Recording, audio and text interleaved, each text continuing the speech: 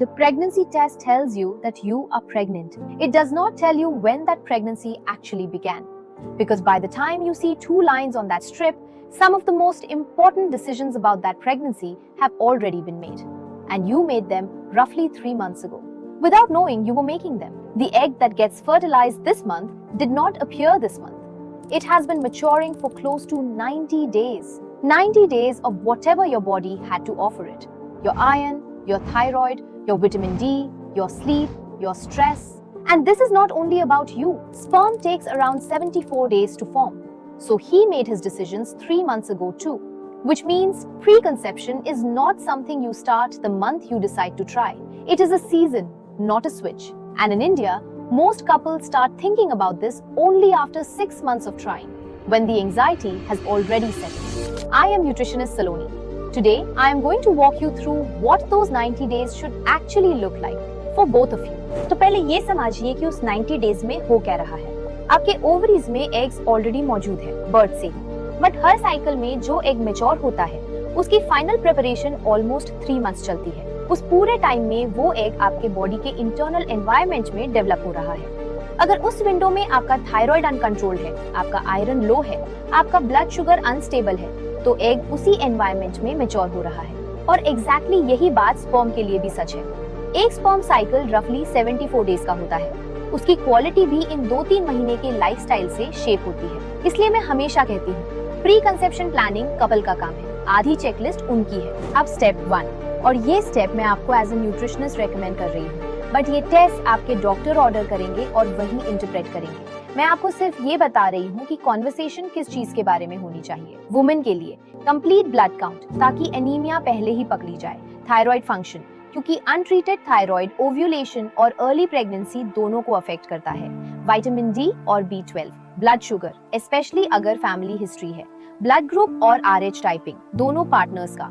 अगर आप RH negative हैं और आपके पार्टनर RH पॉजिटिव हैं, तो ये बात आपके डॉक्टर को प्रेगनेंसी से पहले पता होनी चाहिए, बाद में नहीं। रूबेला इम्यूनिटी, क्योंकि अगर आप में इम्यूनिटी नहीं है और प्रेगनेंसी में इन्फेक्शन हो जाए तो कॉम्प्लिकेशन सीरियस हो सकती है।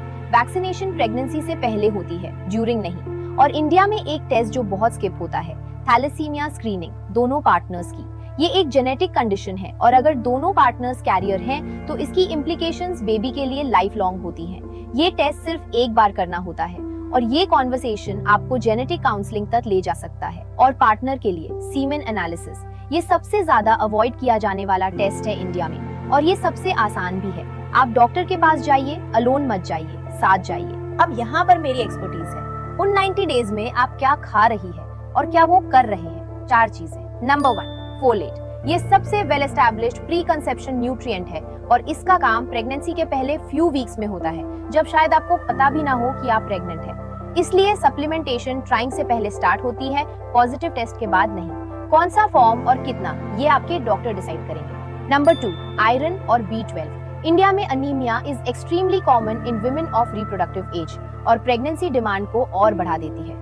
ग्रीन लीफली वेजिटेबल्स, दाल, राजमा, चना, और अगर आप वेजिटेरियन हैं तो B12 के लिए अपने डॉक्टर से स्पेसिफिकली बात कीजिए, क्योंकि प्लांट फूड से ये रिलायबली नहीं मिलता। नंबर 3, प्रोटीन और हेल्दी फैट्स, दोनों पार्टनर्स के लिए। एग्स, पनीर, कर्ड, दाल, चना, और ओमेगा 3 के लिए फ्लैक्स सीड्स, वॉलनट्स या फैटी फिश।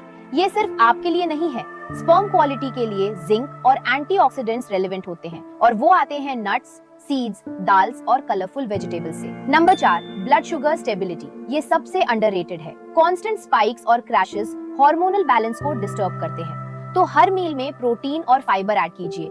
चाय बिस्किट को मील मत बनाइए। और एक चीज जो मैं क्लियरली कहना चाहती हूँ, ये वो टाइम नहीं है क्रैश डाइट का। बहुत सी विमेन सोचती है, पहले वेट कम कर लूं फिर प्लान करूंगी। एग्रेसिव रिस्ट्रिक्शन बॉडी को स्ट्रेस सिग्नल देता है और उस स्ट्रेस का डायरेक्ट इम्पैक्ट आपके साइकिल पर पड़ता है। Balanced weight matters, but starvation is not the root to it. अब वो पार्ट जो इंडिया में सबसे ज्यादा इग्नोर होता है, stress. Trying to conceive is stressful by itself. हर मंथ का वेट, हर टेस्ट, हर सवाल की अभी तक कोई खुशखबरी नहीं, और उस प्रेशर का फिजियोलॉजिकल इम्पैक्ट रियल है। क्रॉनिक स्ट्रेस कॉर्टिसोल रेस करता है और कॉर्टिसोल आपके रिप्रोडक्टिव हार्मोन्स के साथ कंपीट करता है। तो स्लीप को नेगोशिएबल मत समझिए। 7 से 9 घंटे मूवमेंट रखिए, but gentle, walking, swimming, yoga, और अगर आप ऑलरेडी हेवी ट्रेनिंग कर रही है और साइकिल इरेगुलर हो रहा है तो उस बात को अपने डॉक्टर के साथ डिस्कस कीजिए। और फैमिली से एक रिक्वेस्ट, उस कपल से हर फंक्शन में ये सवाल मत पूछिए, आप मदद कर रहे हैं ऐसा लगता है, आप प्रेशर डाल रहे हैं। तो अगर आप ये वीडियो देख रही हैं और सोच रही हैं कि हम अगले साल प्लान करेंगे, तो आपकी प्रिपरेशन अगले साल से नहीं, आज से शुरू होती है।